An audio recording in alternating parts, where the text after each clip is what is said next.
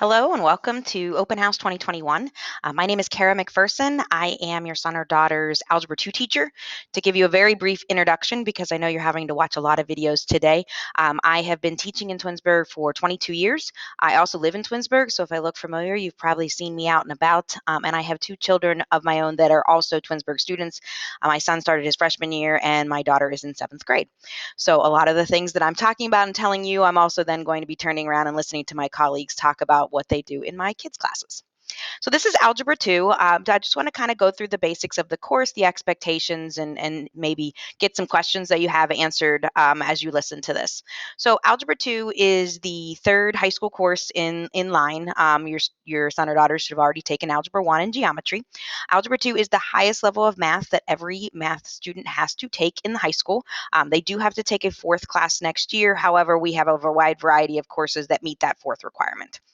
We did get brand new textbooks this year for all of our math courses, just about. And that has been a little bit of a challenge trying to get used to new curriculum and new materials. So, myself and my colleagues are kind of taking it day by day and figuring out how to best get this information out to students and make sure we're helping them with learning some of the old topics again and then learning some new topics mixed in with it. Algebra 2 is usually the highest course that you'll see on like an ACT course as well. So, there is no state test for Algebra 2. Our goal really is to prepare students for whatever comes next in their life, whether it's continuing on and taking pre-calculus or getting ready to take an ACT or a college entrance exam, something like that. My syllabus is up here just to kind of talk you through some basics. I have three Algebra 2 classes. I have a blue 4, a white 1, and a white 4. So I do have three throughout the 2 days. Kind of going through the biggest things that parents want to know about. I do all my communication through Google Classroom. So all students are in my Google Classroom. I have them set up for all of my different Algebra 2 classes. This is how I communicate the assignments that are coming up. I also post copies of notes that happen in class. So if a student is absent, they can go and look at a copy of those notes. I put in like extra study help tips. There are times where I'll write something on the board. I'll even take a picture of it and post that picture so that everything is there in one place and they can see what they need to work on, and what's due. With tests and quizzes, because we are looking at a different curriculum, Mrs. Grummett and myself, who are planning the Algebra 2, decided that we're not going to do large tests this year. Our goal is to chunk things up into smaller quizzes. Those quizzes will primarily be done using technology in the class in front of us. The nice thing is nobody's at home having to take things remotely this year. So they do need to have their Chromebooks charged. They also will need paper and pencil so they can write down their work on that. We often collect their work so we can see if something doesn't match up with the technology, what they were trying to type in. I do ask that when they take a quiz, they put their cell phone in a holder or zipped up into their backpack. My classes are relatively small. I believe the one of the classes has 22 in it, one is 17, and one is 12, so they're all pretty small. If they have a question, they raise their hand, or they just kind of give me a little motion, a little like glance that they need help, and I can come to them. With small classes, it's a lot easier to be a little more informal. We are doing something different with a hall pass this year. We are scanning a QR code by the door. It is so nice. It's very fast. It's actually faster than filling out a hall pass, and that has been no issue this year to this point. As far as homework and grades and how that all gets determined, homework is given after every lesson. I do give students time to work on those assignments in class so that when they have a question, I'm there for them. The homework will make up 25% of their overall quarter grade. I put it in Google Classroom so they can see what is due. A lot of the homework I'm going to be assigning through a site called Delta Math. Delta Math is something that many of the students used last year in algebra and geometry classes. It is a great resource that allows me to pick out topics. For example, it's by course, so I can pick out a topic that we are working on, click it, and it will show all the different types of problems that I would want students to do, and then I can decide how many problems students should have to get right, what topics we covered.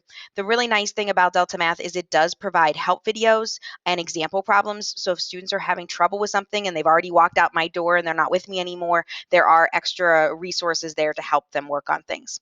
We also have our textbook, which is through the site Sava's Realize. We will have some assignments through that as well. All students can access that through the TCSD bookmarks.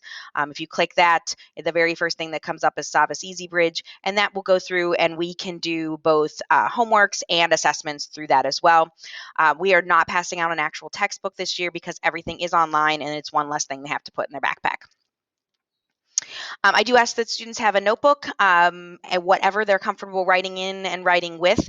I am going to allow students to use that notebook when they take tests or quizzes. So I always remind students of little things that I think should be in there to make them successful when they take those assessments. The calculator, they will need to use a graphing calculator whenever they're in the class.